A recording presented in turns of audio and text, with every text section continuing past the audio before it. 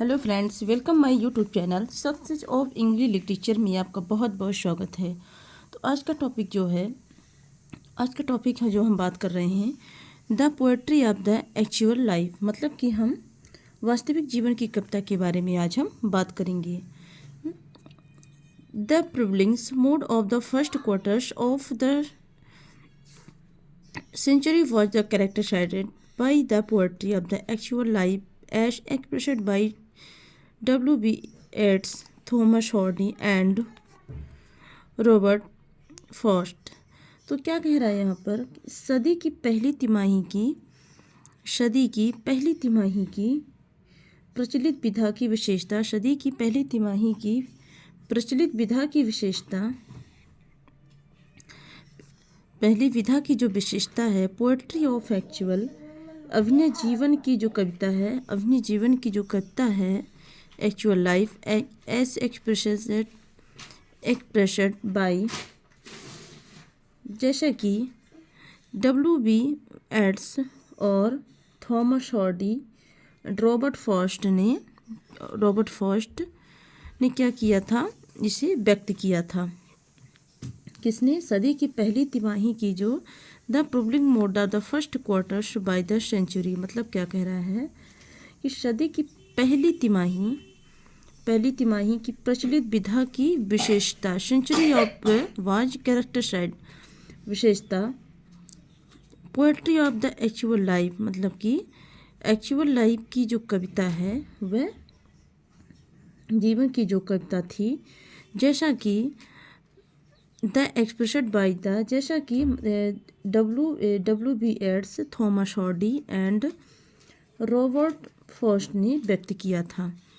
एस्ट will swan the Coole's, Hardy natural stones and Frost meddling walls may be the cities of typical examples of the modes। तो क्या कह रहा है यहाँ पे, एड्स की वाइल्ड्स वंस एंड कूल्स और हार्डी की न्यूट्रल स्टोन्स एंड फ्रॉस्ट की मेडलिंग वॉल जो इस विधा को the cities typical examples the mode, जो इस विधा को विशिष्ट उदाहरण में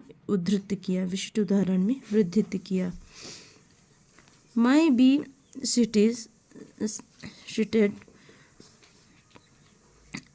cited by as typical examples, the style is poem, the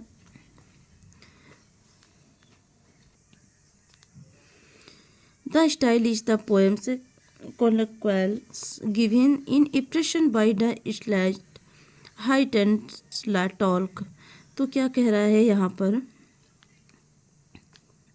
यहाँ पे कह रहा है, इनमें से the style of each this poem, इनमें से प्रत्येक कविता की शैली, इनमें से जो प्रत्येक कविता की जो बोलचाल है,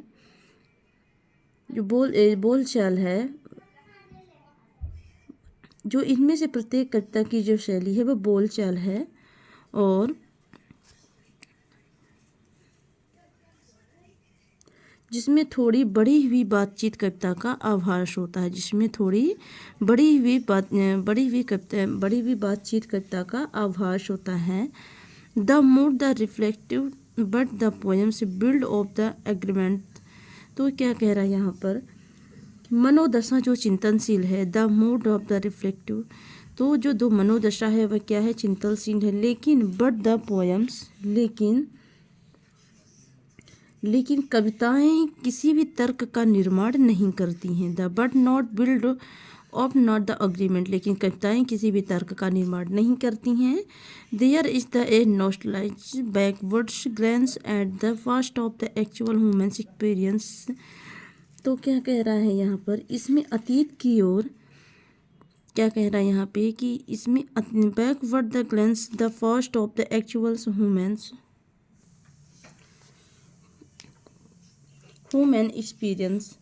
कविताएं किसी तर्क का जो है तो वह निर्माण नहीं करती हैं, लेकिन इसकी अतीत की ओर backward glance the past actual humans, इसकी अतीत की ओर वास्तविक मानवीय, इसकी अतीत की ओर वास्तविक और मानवीय अनुभव पर एक उदासीन पिछड़ी नज़र है। अतीत की ओर वास्तविक मानवीय अनुभव पर इसकी एक पिछड़ी नज़र है। It's remembers thrill watching wild swam upon brimming water among the stones for the 19 autumn science first show them their hardy recalls। तो क्या कह रहा है इसमें, एट को जो एट हैं, एट को 19वीं शरद ऋतु, 19वीं जो शरद ऋतु है वह एट को 19वीं शरद ऋतु के लिए पत्थरों से भरे 19वीं शरद ऋतु के लिए पत्थरों के बीच भरे पानी, पत्थरों के the upon brimming water among the stones, पत्थरों के बीच भरे पानी पर फर्स्ट द, तो क्या कह रहा है, the science first so the hair, तो कह रहा है यहाँ पर जंगली हंसों को देखने का रोमांच याद है ना। एट को 19वीं शरद ऋतु जो थी तो वहाँ पत्थरों के बीच भरे पानी पर जंगली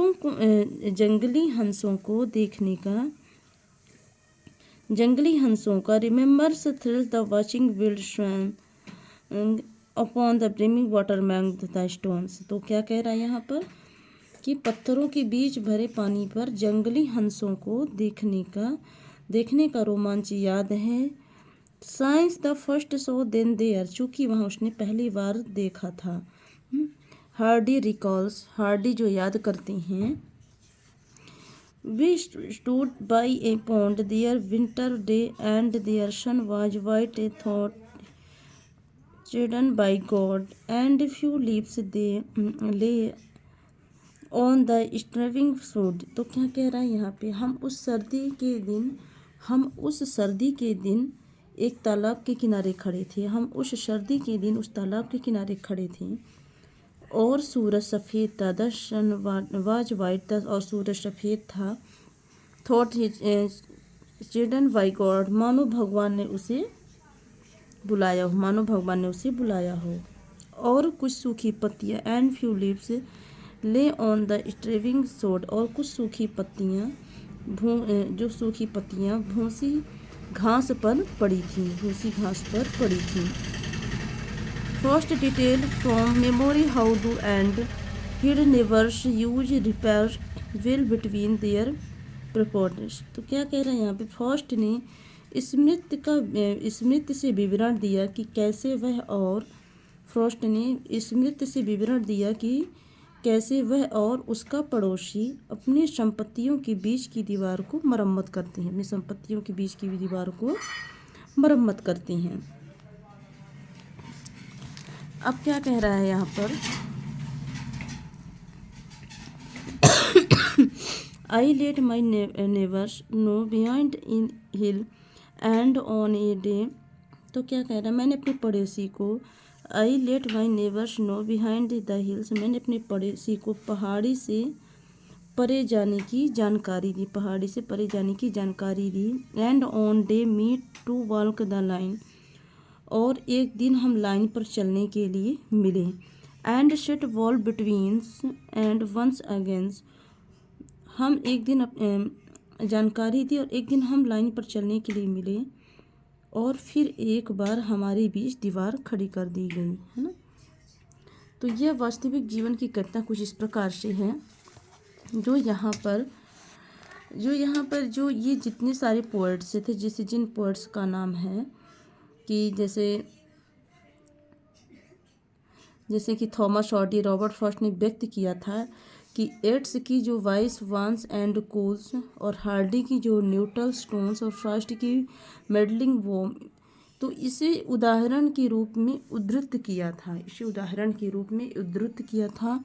और पोएट्री की जो कविता की जो वास्तविक जो जीवन है उसको उसने सामने एक उदाहरण के रूप में भी प्रस्तुत किया था। तो ये हमारा जो टॉपिक है इस प्रकार से है। तो फ्रेंड्स, आपको ये वीडियो कैसी लगी कमेंट बॉक्स में ज़रूर बताएं, ताकि हम आपके लिए और इजी तरीके से एक्सप्लेन कर सकें और आपके लिए और अच्छे इंटरेस्टिंग और नए टॉपिक ला सकें। और हम मिलते हैं चलिए नेक्स्ट वीडियो पर।